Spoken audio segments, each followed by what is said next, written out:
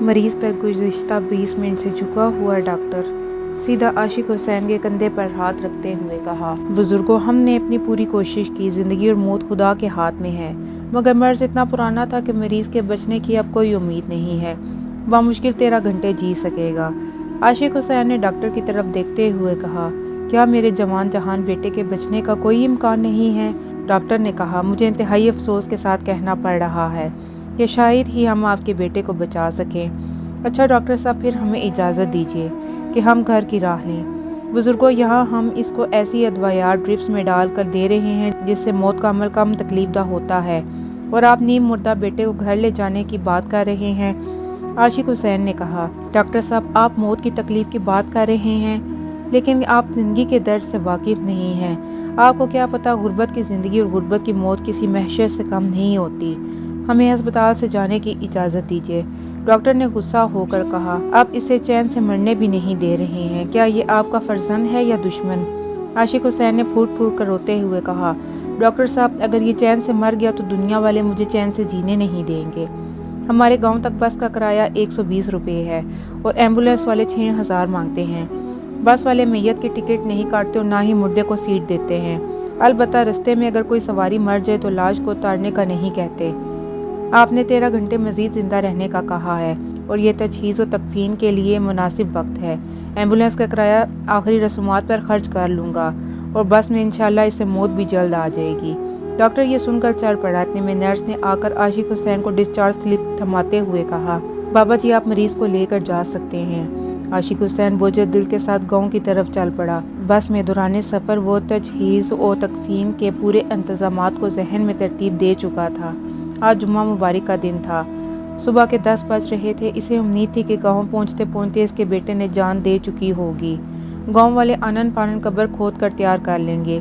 कफन, अर्के गुलाब, सखात का साबुन, मौलवी साहब की जायनमाज और दीगर तमाम लवाजमात गाँव के बाजार में इस्लाम दुकानदार के पास दस्तयाब होते हैं। इसने उंगलियों पर मोटा मोटा हिसाब लगाते हुए तकमीह 4500 का निकाला।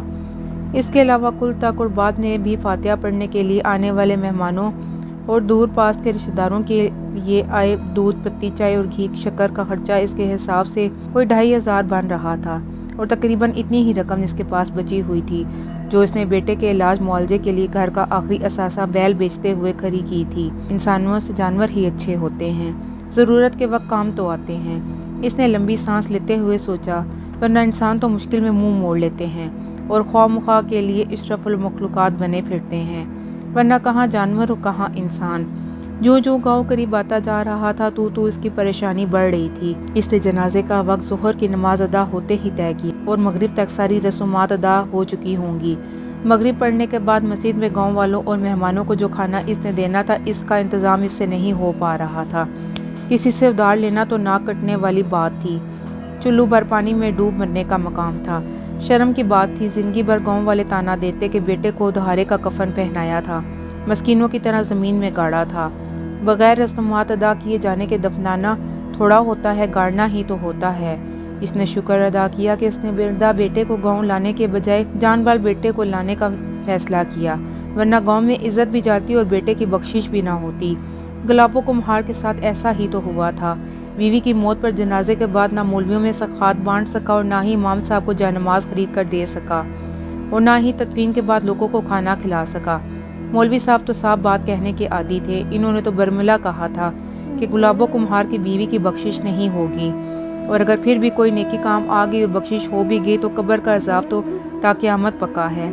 बेचारा गुलाबों कुम्हार बीवी भी जहन्नमी और वो भी इस आज तक किसी से आंख मिलाने के काबिल नहीं है। अचानक आशिक हुसैन को ज़बरदस्त झटका लगा। ड्राइवर ने इतने ज़ोर से ब्रेक दबाई थी कि सड़क पर टायरों के निशानात पड़ गए थे, मगर ड्राइवर फिर भी इन 3 कुत्तों को नहीं बचा सका था जो चलती बस के जद में आ गए थे। इधर 3 कुत्ते बस के नीचे आकर कूच कर गए, उधर आशिक हुसैन के बेटे की रूह ऊपर परवास कर गई। आशिक हुसैन ने इन्ना लिल्लाहि व इन्ना इलैहि राजिऊन पढ़ते हुए रब का शुक्र अदा किया कि 3 कुत्तों के साथ साथ इसके बेटे की जान भी निकाल दी।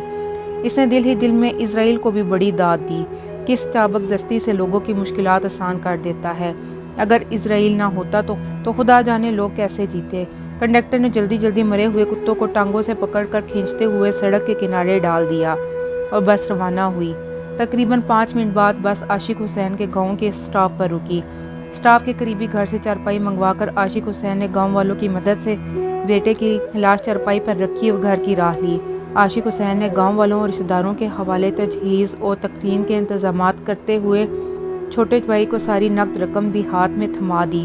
ख़वातीन के बैन और गांव वालों की बावाज़ बुलंद इंतजामात बारे बातों के दौरान आशिक हुसैन एक बड़ी बोरी में एक अदद कुल्हाड़ी, तेज़ धार वाली छुरी और काम वाले मैले और बोसीदा कपड़े रख कर खामोशी के साथ निकल गया। थोड़ी देर बाद वो जय हादसा पर मौजूद था। वो जल्दी जरे मरे हुए कुत्तों को टांगों से खींचते हुए सड़क किनारे गन्ने के खेतों में अंदर तक ले गया। बिजली की सरत के साथ इसने कुत्तों को काट कर बोरी में डाला और कपड़ों के ऊपर पहने हुए मैले और खून आलूद मलबूस को उतार कर माचिस की तीली सुलगा दी। घर दाखिल होकर इसने बड़ी बेटी को गोश्त हवाले करके मैयत का खाना तैयार करने के बारे में अच्छी तरह समझाया और बाहर निकलकर फातिहा के लिए आने वालों में घुल मिल गया।